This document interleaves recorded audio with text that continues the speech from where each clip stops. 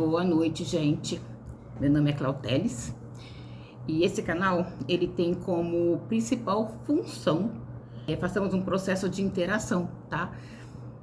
Para resolvermos causas de depressão, de autossabotagem, de autoconhecimento, de várias coisas. Mas já perceberam o quanto nós nos sabotamos? O quanto a gente começa alguma coisa e para num intervalo de tempo, e o quanto isso, entre aspas, deixar a gente um pouco culpada, se sentindo um pouco culpada, porque tipo assim, como é que você começa uma coisa que super empolgada, exemplo, uma academia, e aí passou uma semana, duas, aí você já tá meio down, aí choveu, aí você já acha que... E se você faltar 1 ou 2 dias, gente, é certeza que na outra semana você já começa a faltar também. Qual é o gatilho que te faz se auto-sabotar? Foi me deixando um pouco down, e eu parei de gravar os vídeos, e quando eu vi que não, já não estava mais gravando vídeo nenhum. Pensei assim, gente, eu preciso me organizar para que eu faça um vídeo pelo menos uma vez por semana. E aí eu vi e lembrei de várias coisas da época da minha adolescência, da minha infância, em que eu imaginava uma coisa e eu colocava aquilo em prática mesmo sem saber. Exemplo, quando eu fiquei adolescente, não tinha nada, já morava numa favela. E aí eu sempre quis estudar, eu sempre quis fazer algo diferente para que eu saísse daquele mundinho. Trabalhei em casa de família, trabalhei vários... Gente, para fazer meu curso, na época era datilografia. Trabalhei um final de ano inteiro lavando louça. Eu tinha cerca de 12 anos. Eu planejei tudo aquilo. Planejei. Tinha dia que eu sentava numa escadinha, sentia um degrauzinho, uma escadinha na lateral. E aí, quando eu chegava na hora do almoço, que eles estavam almoçando, eu ficava sentada um pouco esperando e descansando as minhas pernas, porque eu não conseguia ficar tanto tempo em pé. E aí eu já sonhava, eu falava, eu vou ter uma casa igual ou melhor que essa. Pasme, aquela casa, gente, era uma casa linda, uma casa de praia, uma casa de veraneio, e num local muito privilegiado aqui da minha cidade, mas assim, eu já imaginava que eu queria uma casa daquela. Ponto. Mas para isso, eu falei, não, eu não quero ficar trabalhando de faxineira a minha vida inteira. Tenho orgulho de estar empregada, então eu trabalhei e juntei o dinheiro para fazer a datilografia, que na época não era curso de computação, era curso de datilografia. Fiz o meu curso de datilografia. Foi aí que comecei com o primeiro emprego numa lavanderia como recepcionista, e logo após veio num escritório de advocacia. Naquela época você tinha que ir no OAB para ficar lendo o diário oficial. Era todo um processo diferente de agora, mas enfim, já comecei mudando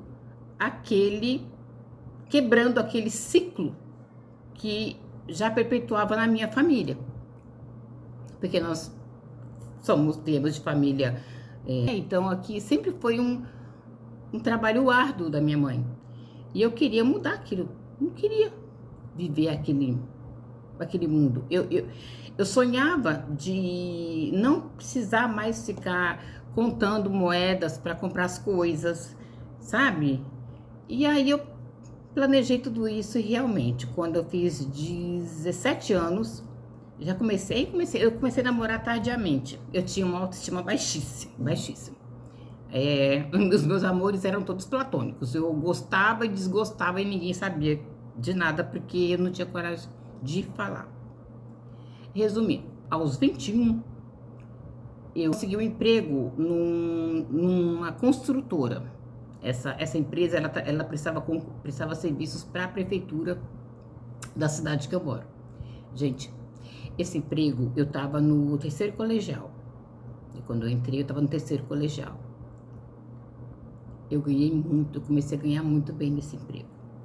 Eu dei o meu melhor, eu me interessava, eu queria aprender. Naquela época, estava começando, pelo menos pra gente, a introduzir os computadores nas empresas. E o filho desse proprietário dessa empresa, ele veio de uma outra cidade próxima para gerenciar essa empresa. E eu comecei a me interessar aí resumindo, eu comecei a pegar os computadores e entrar e aprendi ali. Nunca fiz curso de computação. Quando eu fiz a faculdade, enfim. O que eu quero dizer, esse é só um começo de muitas coisas que eu posso contar. Só o que eu quero falar para vocês aqui. Quando eu tinha 14 para 15 anos, eu já determinei que eu não iria ficar o resto da vida trabalhando como auxiliar de casa. Eu não estou desmerecendo ninguém que faça isso, mas o que eu quero dizer para vocês é que você pode começar de uma forma, mas você não é obrigado a terminar daquela forma. Você não tem que ficar tantos anos fazendo a mesma coisa. Você pode evoluir. E eu tinha na minha cabeça que eu tinha a capacidade que eu tenho de evoluir.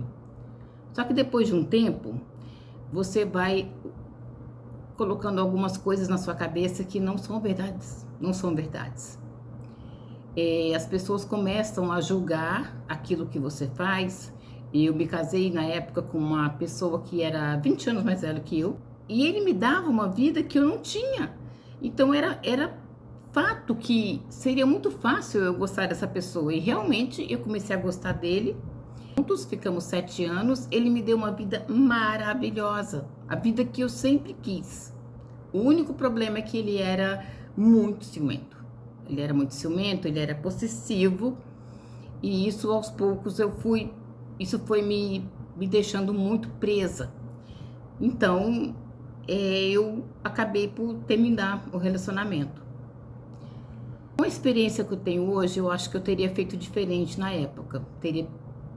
Nós teríamos feito uma terapia de casais, alguma coisa assim, mas enfim, nada que acontece por acaso.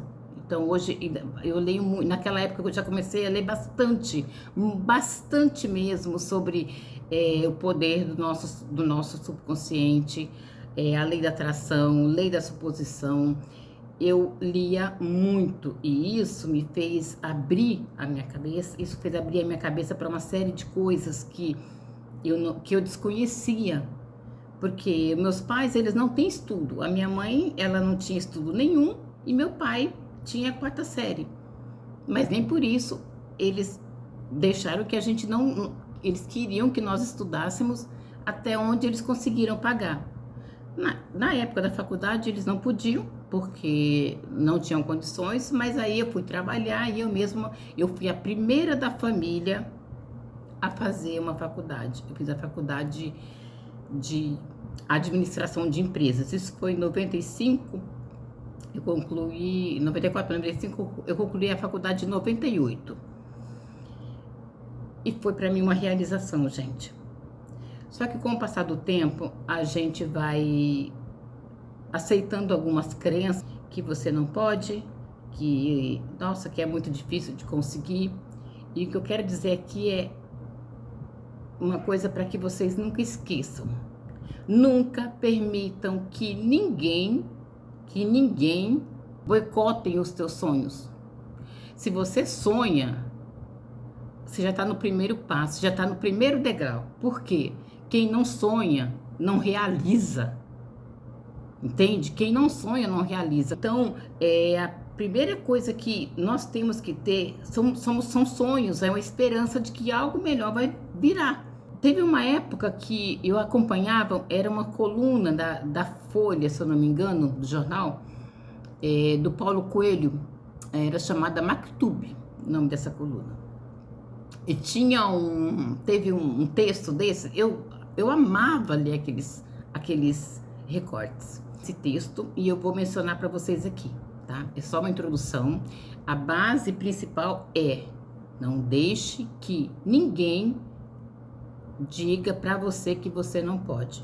Porque se você colocar isso na sua cabeça, que você pode ou não pode, você vai estar certa. Porque o universo, nós somos regidos por uma energia. E o universo, ele não sabe diferenciar se você está dizendo não ou se você está dizendo sim. Então, risque algumas palavras do seu vocabulário a partir de agora e comece a confiar mais em você e a acreditar no que você pode fazer de melhor para você. Não aceite que você venha de uma situação e que você permaneça nela, que é aprender a si mesmo, aceita porque é provação, não é nada. Deus não colocou a gente no mundo para a gente sofrer, não. Só que com o tempo é tantas informações na sua cabeça, inclusive de religiões, de pessoas que cresceram achando tipo, dinheiro não nasce em árvore, né? Rico é sujo, rico não tem escrúpulos. Se alguém enriquece do nada, é porque a pessoa fez algo errado. De repente a pessoa ela melhorou de vida porque ela sabe o que ela fez e não importa se ela chegou onde chegou, alguma coisa de diferente ela fez, destoando das outras pessoas, certo? Então, cabe a você fazer esse algo diferente e mudar a tua vida também. Dizer que dinheiro não traz felicidade, gente, não traz não. Mas que a gente vive numa situação difícil e falar que isso é bom, não é. Eu não concordo.